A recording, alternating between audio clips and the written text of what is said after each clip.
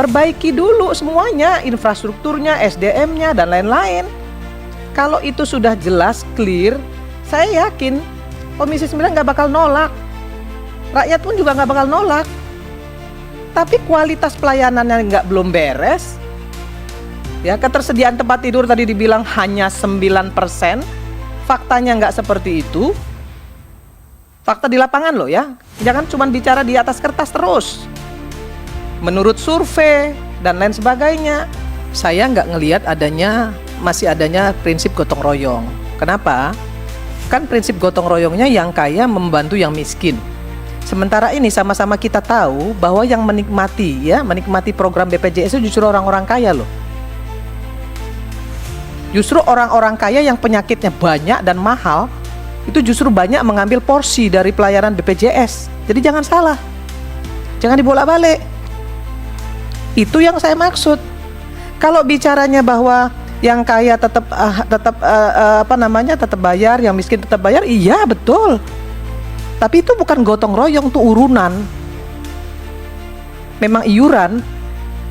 Tapi prinsip yang kaya menolong yang miskinnya di mana? Karena selama ini Menteri Kesehatan dalam setiap RDP mengatakan bahwa ya, yang menikmati pelayanan BPJS yang banyak menghabiskan dana BPJS itu bisa sama-sama kita lihat kok datanya.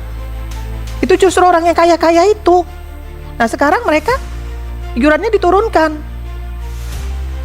Nanti yang miskin dinaikkan. Tolong evaluasi kembali, perbaiki, laksanakan. Kita akan dukung sepanjang semuanya persyaratan yang kami minta itu terpenuhi, sehingga tidak akan timbul kegaduhan-kegaduhan di masyarakat. Kenapa sih susah banget gitu loh? Ya. Menteri Pendidikan itu beberapa kali tuh merubah, merevisi, mengevaluasi gitu. Itu bukan barang haram. Cuman kitab suci yang nggak boleh dirubah.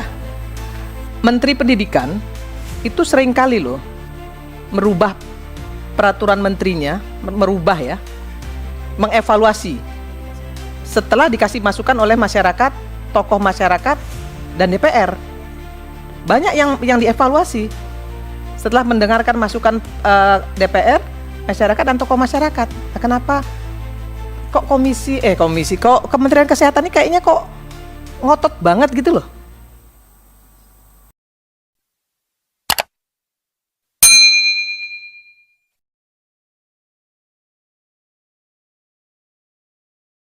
Yang kami hormati, pimpinan dan para anggota, kami ingin mencoba beberapa pertanyaan, tapi juga sebelum itu saya ucapkan terima kasih pada beberapa saran yang diberikan kepada DJSN tentang pelaksanaan tugas untuk bisa menyelesaikan masalah kris ini.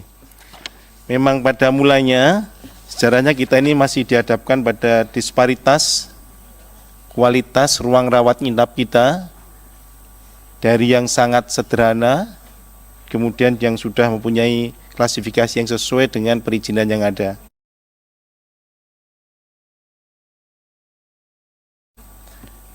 Termasuk yang sudah sesuai dengan kriteria kris ini. Disparitasnya memang sangat besar, oleh karena itu DJSN dalam mengemban amanatnya untuk melakukan kajian, untuk melakukan pelaksanaan dari undang-undang itu selalu mengacu pada Undang-Undang Nomor 40 Tahun 2004 tentunya, bagaimana kris ini harus bisa untuk dilaksanakan. Tetapi kita memang tidak menutup adanya fakta sosial yang dihadapi hingga saat ini.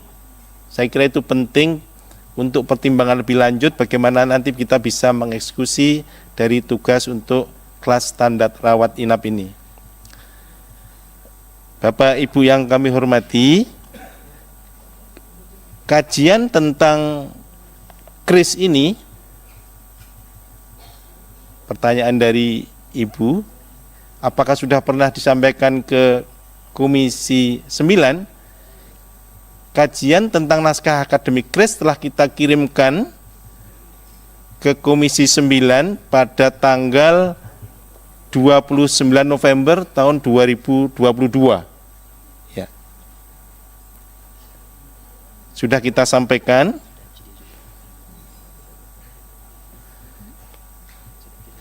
Dan sudah melakukan FGD dengan beberapa pihak, termasuk dengan beberapa anggota DPR waktu itu. Kemudian apakah pertanyaan ini prinsip gotong royongnya bagaimana bila KRIS nanti diterapkan, Ibu? Jadi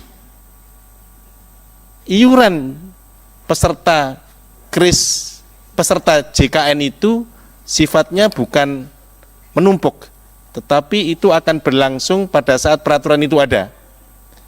Bila nanti ada iuran tunggal menurut klasifikasi segmennya, sebetulnya di situ masih ada prinsip gotong royong, termasuk bagi mereka yang tidak sakit. Gitu. Jadi mereka yang PPU dan BPU atau lainnya itu mempunyai cara iur yang berbeda dan besaran yang berbeda. Tetap ada konsep dari gotong royongnya itu sendiri. Jadi masih ada konsep gotong royong di dalamnya itu. Di mana? Mohon maaf, melalui pimpinan. Saya mau tanya, di mana prinsip gotong royongnya?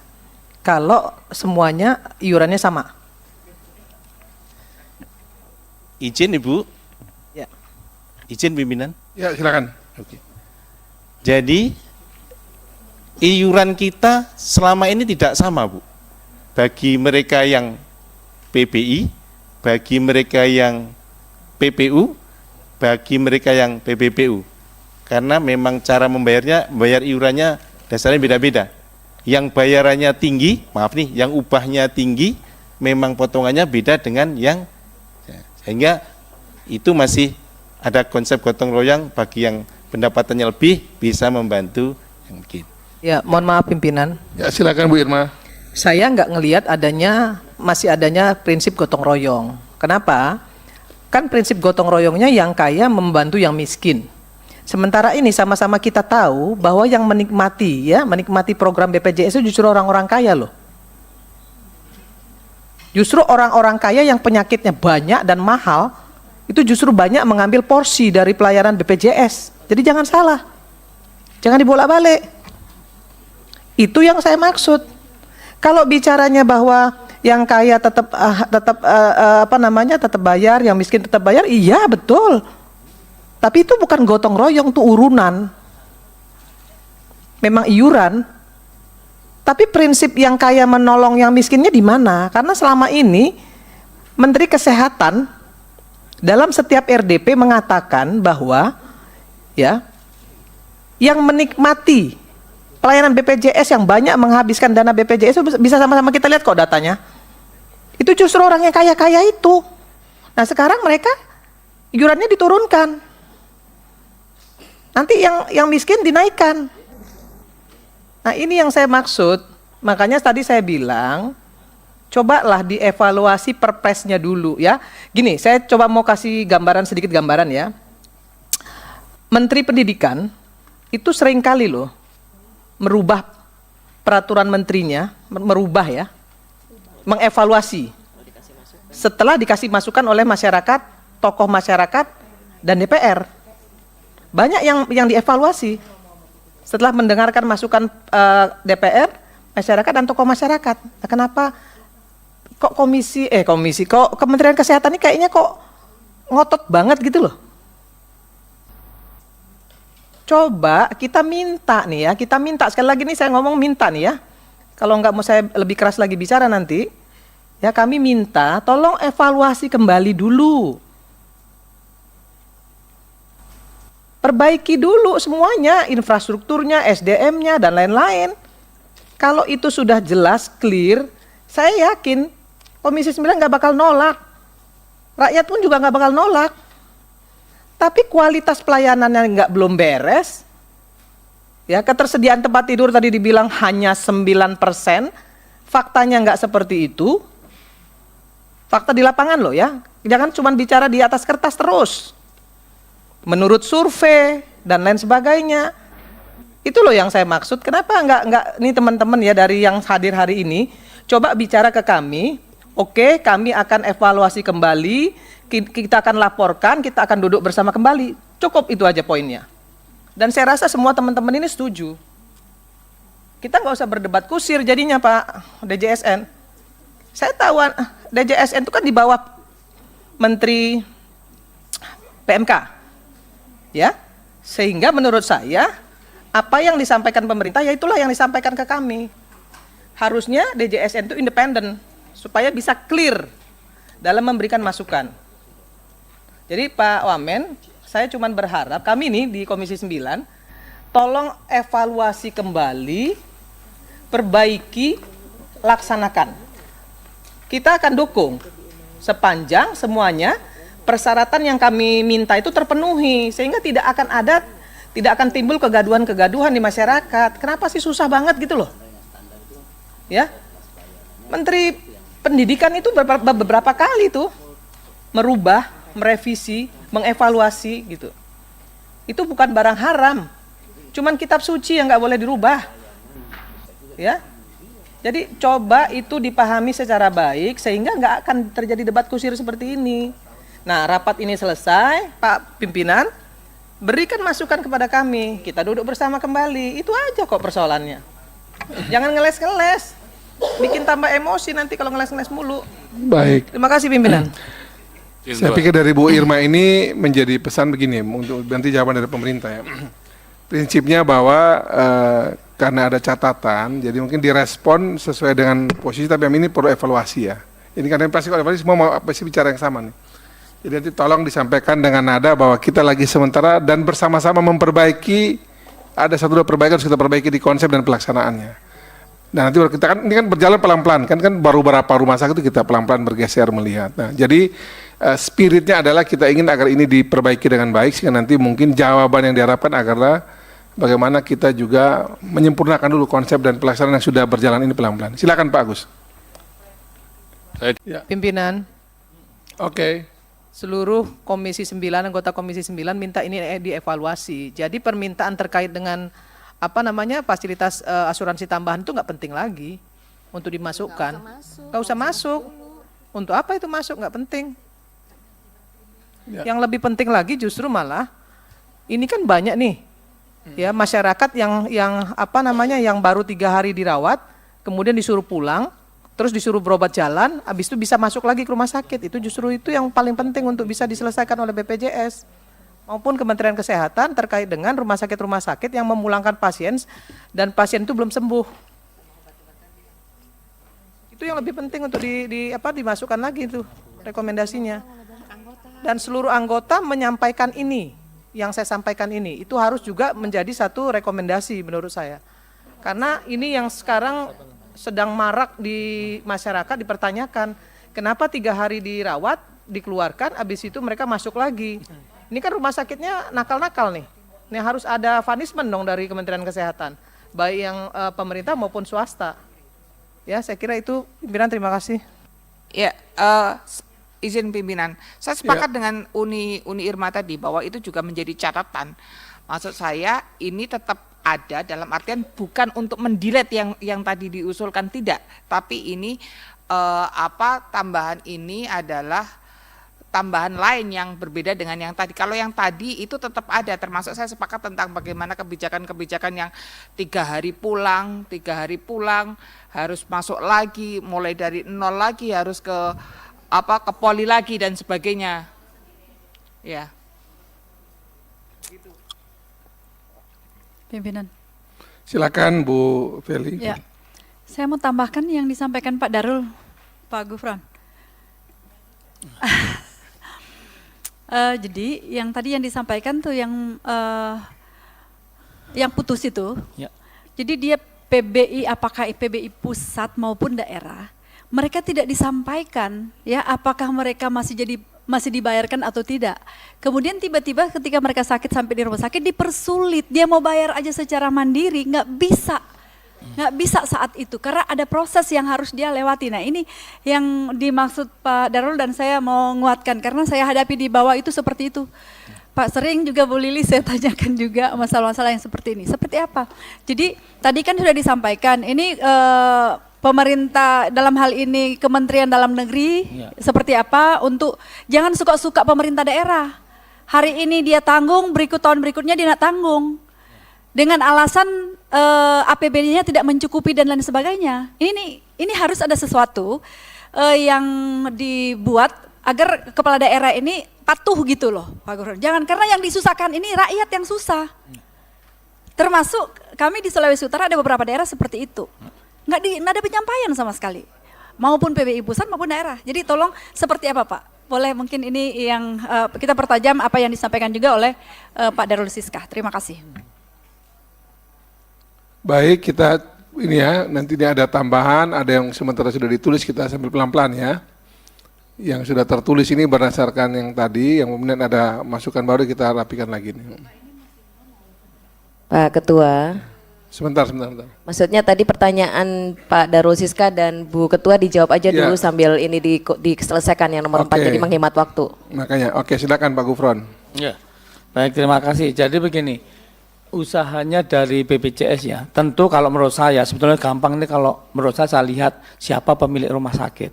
Pemilik rumah sakit itu enggak banyak, pemerintah pusat, pemerintah daerah, swasta, ya TNI Polri gitu aja, enggak, jarang yang di luar itu, BUMN paling. Jadi kalau owner itu ikut ya, terlibat, dan owner kan tentu ya yang di atasnya harus ikut lah kayak gitu. Selesai masalah ini. Tapi karena BPJS itu bukan atasan rumah sakit, apa yang kami lakukan? Satu, memang betul tadi kita kerjasama dengan Depdagri ya, untuk mengingatkan. Kedua, kami kerjasama dengan namanya BPKP di Kementerian Keuangan untuk kemudian kalau belum telat tadi bayar tadi Bu Dewi, iya, topan sayangnya sering itu memang uangnya nggak ada gitu. Itu diingatkan oleh BPKP bahwa Pemda harus melunasi kayak gitu. Itu yang kedua. Yang ketiga, nah harusnya Kemensos juga memberitahukan siapa yang dicoret, karena tahun 2022 ada sekitar 14 juta orang enggak dulu biasanya dibayari, tadi enggak dibayari dan enggak tahu. Nah, maka kami bikin surat kepada Pemda dan juga kalau alamat yang bersangkutan kita kirimin surat, Bu. Terus diingatkan dengan WA. Dua hal yang diingatkan WA, yang ditanyakan tadi, satu bahwa Anda punya tunggakan, Anda belum bayar, itu setiap bulan, Pak. Ada ya? Ada, kami ingatkan. Bahkan telepon juga, tidak hanya WA tapi telepon. Jadi ada blast, itu ada telecollecting juga, jadi kita ada keluar uang untuk itu. Nah, yang berikutnya adalah pemberitahuan. Tapi pemberitahuan ini yang tadi bahwa mereka tidak lagi menjadi peserta. Ini memang tidak mudah, maka kami melewat Pemda tadi, kadang-kadang oleh Pemda nggak disampaikan gitu, kadang-kadang. Tapi kalau kita tahu alamatnya kita kirimin gitu. Cuman ya nyatanya itu tidak semua tahu bahwa dia sebetulnya sudah nggak aktif lagi. Maka melalui medsos kami selalu sampaikan tolong cek keaktifannya. Lagu terakhir di YouTube itu adalah cek, pastikan keaktifan Anda gitu. Itu terakhir. Kenapa? Beberapa tuh nggak aktif bukan karena apa? Dia kira aktif, padahal sudah enggak gitu. Terima kasih. Pak Darul, Bu Feli, Cuk. Iya, Pak Ketua. Ini jawabannya Pak Ali Gufron ini enak di telinga kita nih. Tapi di lapangannya enggak, Pak. Banyak sekali masyarakat itu kan sesuai program kita kemitraan ini kan kita jalan nih Pak, ketemu masyarakat. Dia bilang saya sudah sekian bulan. Ada pemberitahuan enggak dari BPJS bahwa Anda sudah tidak membayar atau tidak lagi aktif membayar? Enggak ada, Pak. Oleh karena itu saya tanyakan tadi, kalau belum ada mekanisme itu, kita mau mengingatkan dalam kesimpulan ini supaya mekanisme mengingatkan kepesertaan atau pembayaran kepesertaan itu diintensifkan gitu loh, Pak. Kalau Bapak setuju itu kita mau tambahkan di dalam kesimpulan, Pak Ketua. Setuju, tambahkan. Ya, setuju. Karena apa, Pak? Ini saya nambah nih. Karena faktanya memang Pemda nggak alert juga, Pak. Kementerian Sosial, wah itu agak sakti, Pak. Karena sampai sekarang tiba-tiba orang diputus, masyarakat nggak diberitahu Pak kenapa diputus.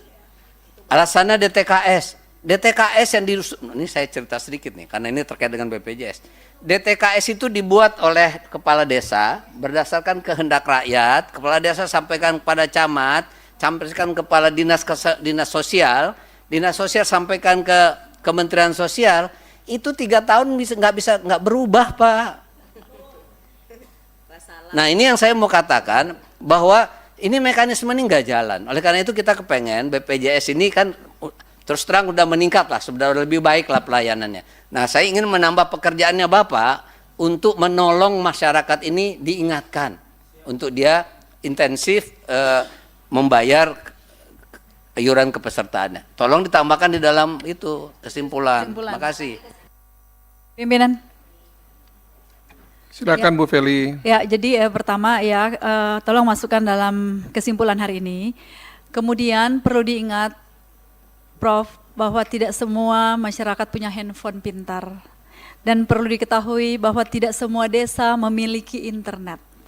Jadi apa yang disampaikan tadi ini memang masih banyak kekurangan. Itu cuma dimiliki oleh masyarakat kota. Masih banyak. Nah, seperti apa? Jadi mungkin ini data, sekali lagi data itu by name, by address ini mungkin perlu dimiliki juga oleh BPJS supaya yang tadi yang disampaikan, nah melalui, karena kalau diharap oleh pemerintah daerah melalui desa deh, kelurahan, Prof, kasih gitu, setiap dikirimin gitu. Nah, ini kan entah berapa ratus ribu desa ya, dari 514 kabupaten kota. Nah, kalau itu dilakukan mungkin akan meminimais tuh kejadian-kejadian yang tidak kita harapkan. Saya kira itu tambahannya, terima kasih. Baik, kita masukin ya.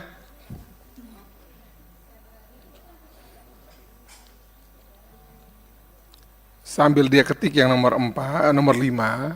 Coba nomor 3 tadi sudah ya? Coba.